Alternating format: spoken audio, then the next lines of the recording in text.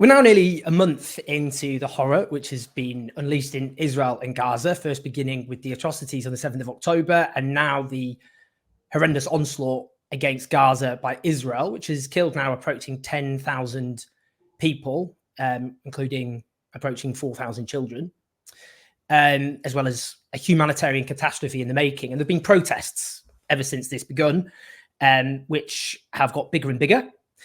But there's a huge backlash which has mounted against them, including the likes of Suella Braverman, our Home Secretary, denouncing them as hate marches, and others saying that they are threatening the Jewish community and even calling them for them to be banned. Now, I want to talk to the brilliant Em Hilton, who is a lefty Jewish organizer extraordinaire, UK director of Diaspora Alliance, involved all sorts of brilliant movements like NAMOD, for example. Hello, Em. How you doing? Hi, great to be here. Thanks for having me on.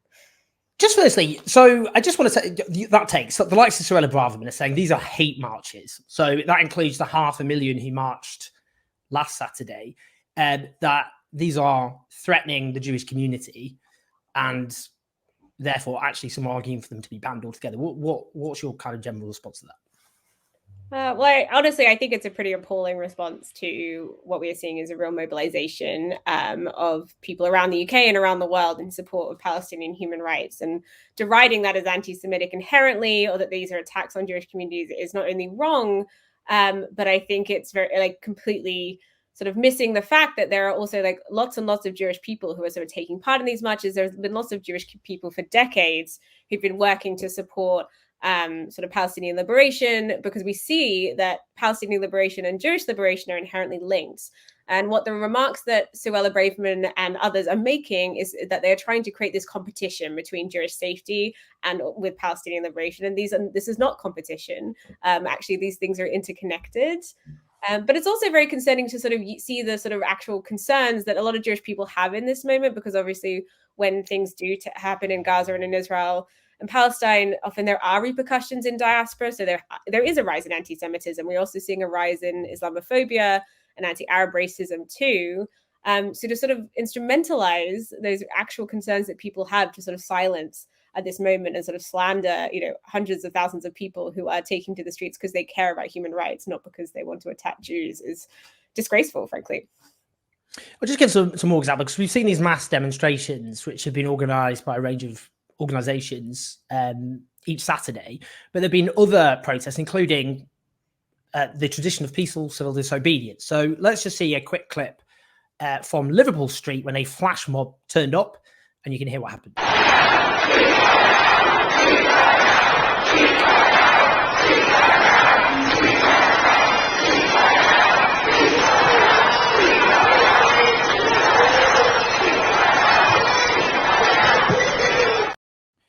Now, one public figure, I'm not going to start naming these public figures. I don't want you to get into a war of words with random public figures because of me.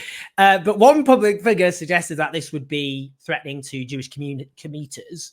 Simon Sharma, again, you don't have to respond to him directly, but he said he thought the chant was intifada. It was actually ceasefire now. No biggie, easily done. Another public figure, I'm not going to name, thought it said jihad now. They deleted the tweet. Now, actually, I mean, there were Jewish activists at the center of organizing that. But I mean, firstly, I mean, what's your take on those sorts of responses? I mean, people are hearing things which are not actually being chanted at all there. I mean, I think this is just a very age-old strategy, which is trying to sort of attack and silence solidarity with Palestinians and Palestinian activism with accusations. False accusations of anti-Semitism. As we've said, that there were Jewish organizers there. I was also in Liverpool Street for a while. There were a lot of Jewish people there from a range of different organizations. It's this sort of competition and this idea that you can only protect Jewish people by banning Palestinian solidarity, which is just a deeply dangerous narrative, because Jewish people will not be safe through the oppression of other people. But also, I think this sort of over obsession with these narratives, or with these protests, is that we have hundreds and hundreds of op-eds about Liverpool Street or or, you know, from the river to the sea, or free Palestine, etc.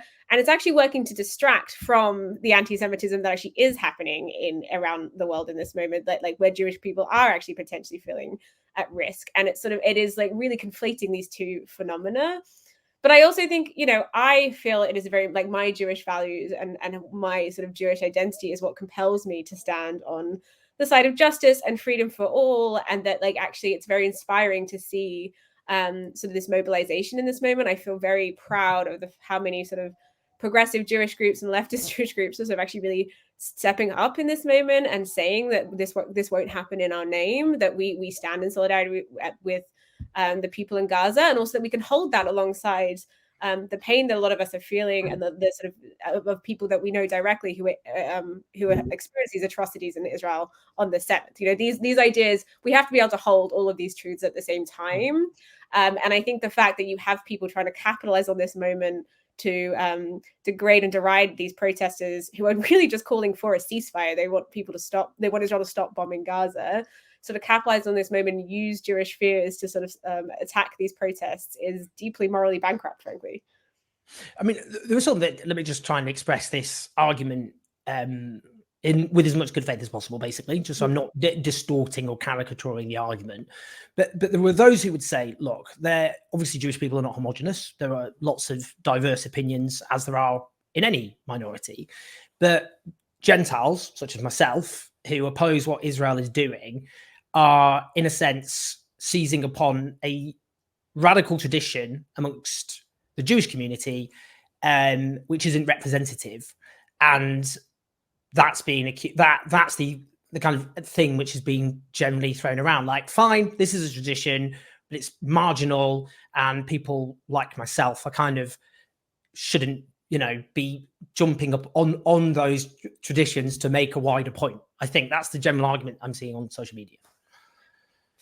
I mean, I think the idea that there's any kind of representative body of Jewish people anywhere, or any other community really, is a really problematic idea. And like, we know that often a lot of these representative bodies were set up by the state in the 1800s to try and like be like, this is our person that we talk to hear about Jewish issues. And a lot of those kinds of ideas are sort of carried through to other minoritized and marginalized communities as well. But I think, like, so what is representative, I think, is a question. But I also think that, you know, something that Peter Beinart, the Jewish American writer and commentator, said a few weeks ago around the sort of, if not now, Jewish Voice for Peace protests is like, yes, obviously these Jews aren't necessarily representative of their community, but that's why we'll remember them for their courage, right? Like, they are the people who are standing up in this moment to say, no to a ceasefire now, release the hostages, liberation for all between the river and the sea. We should celebrate them. That's why they will be celebrated. And I think that, you know, that's what's important in this moment. Like, we need to focus on the fact that so many different communities and groups and organizations are coming together to demand a better future for people in Israel and Palestine. And that, to me, is so inspiring and what we should be focusing on. I think it's, you know, like, I don't think it's sort of cheapening or sort of tokenizing in that way to sort of like to raise up those voices of those platforms, particularly because you also see people in much more mainstream sort of outlets sort of pointing to, you know, whether it's the Board of Deputies or sort of mainstream Jewish communities to sort of justify their unwillingness to call for a ceasefire, to stand in solidarity with Palestinians, their unwillingness to stand in solidarity with the Israelis who are saying, release the hostages, prisoner exchange, everyone for everyone. And that, to me, is completely unacceptable. Right. So, you know, I mean, that's why these conversations are so reductive, because, you know, everyone is doing it all the time. For me, what we need to be focusing on is the communities and the spaces where we have these shared values and building political power to demand a ceasefire in Gaza and in Israel. One of the things, anti-Semitism is embedded in our culture. It goes back for 2,000 years. And it's so embedded that people can absorb, I guess, anti-Semitic ideas, concepts, tropes, imagery without even realizing it. I mean, that's, you know, people think the popular understanding of racism is someone says something avert racist abuse, when obviously that's not how racism should be just simply reduced to, obviously. And that includes people in the Palestinian solidarity movement, or people actually who attach themselves to the movement, not because of a sense of burning injustice, because they want the liberation of the Palestinian people, but because they hate Jewish people, and that those people do exist. What's your kind of, in terms of how people who advocate for Palestinian solidarity are conscious and aware of that and take steps to make sure that Jewish people always feel safe and secure within that movement? Yeah, I think it's a really excellent question, and I think it's something that Jewish people grapple with in these moments. I think also other communities and folks often also are sort of maybe sort of experiencing dignity in organizing spaces. I think that happens to a lot of folks of color, for example. So this is something that often happens to sort of marginalized or minoritized people, and I think obviously anti-Semitism is never acceptable. Like, we're never going to free Palestine through anti-Semitism. I think that's like very, very clear. And I think that we do have to be really discerning between people who are very much fueled by anti-Jewish racism, who are fueled by this, who are using sort of Palestine as an excuse for their anti-Semitism, which does happen, and other people where like people do say things and aren't aware of what the history of that sort of comment is, or also that way of thinking, or I think one of the ways we deal with that is like sometimes it's also about sticking in the movement and approaching people with good faith and using political education and relationship to address those things and address when that comes up. But you can't do that if you're not there. And I think that it's thinking about anti-Semitism as a system of ideas, which I think is what is important about this idea. It's ingrained, and it's therefore it can be addressed and understood and shifted. Systems can shift. So I think that's really important.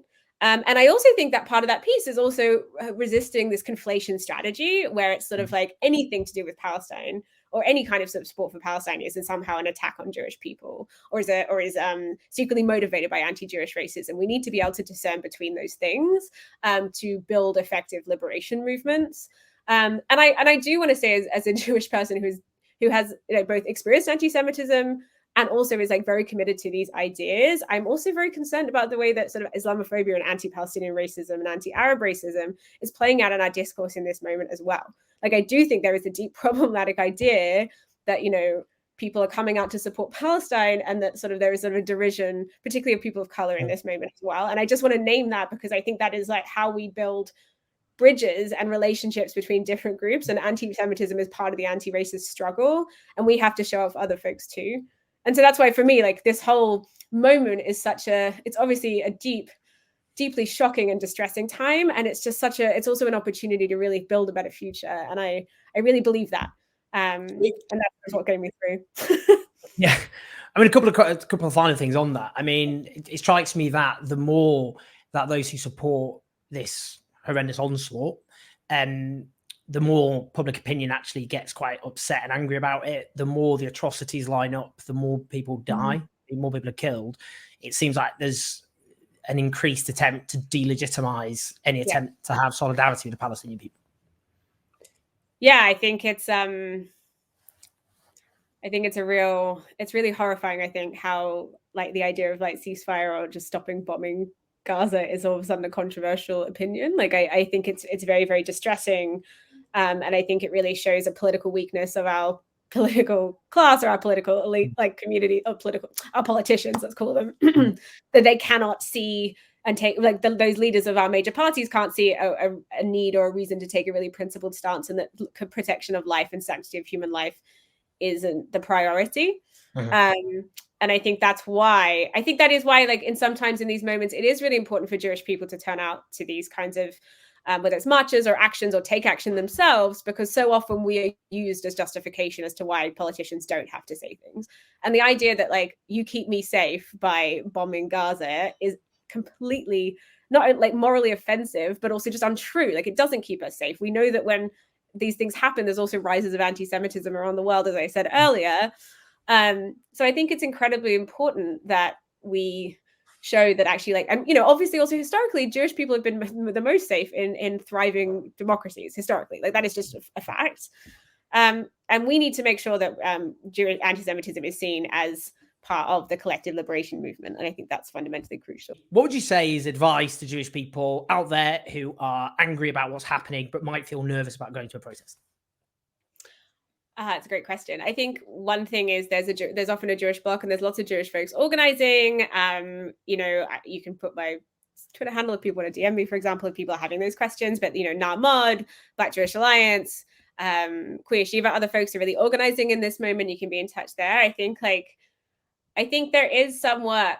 I think some of the work that I did as a Jewish person was to really unlearn a lot of the things that I learned growing up around what it meant to be safe as a Jewish person, what Jewish liberation looked like, and often that was put into a bracket of Israel and insularity and sort of. And I think I'm learning that and moving into a place of sort of collective liberation, joint struggle, joint solidarity was such a liberating thing. And I think sometimes going to these marches and being around Jews and realizing that we still have community beyond perhaps what some of our communal establishment organizations want to say, that we actually have a place and that we are part of this can be very comforting, I think, in this time, actually. But I think as much as you can, if you can get involved, come to a meeting, do a training, come to an action, take part in a demo. There's always, whenever there have been justice movements, there have always been Jews there. And I think that is something that we should really hold on to. And we are here to welcome you with open arms if you choose to join us. Okay, a great place to end. Thank you so much to Em, the brilliant Em, always an honor to have you. Please press like and subscribe, share the message, but thank you so much, and solidarity for always. Thanks, Owen.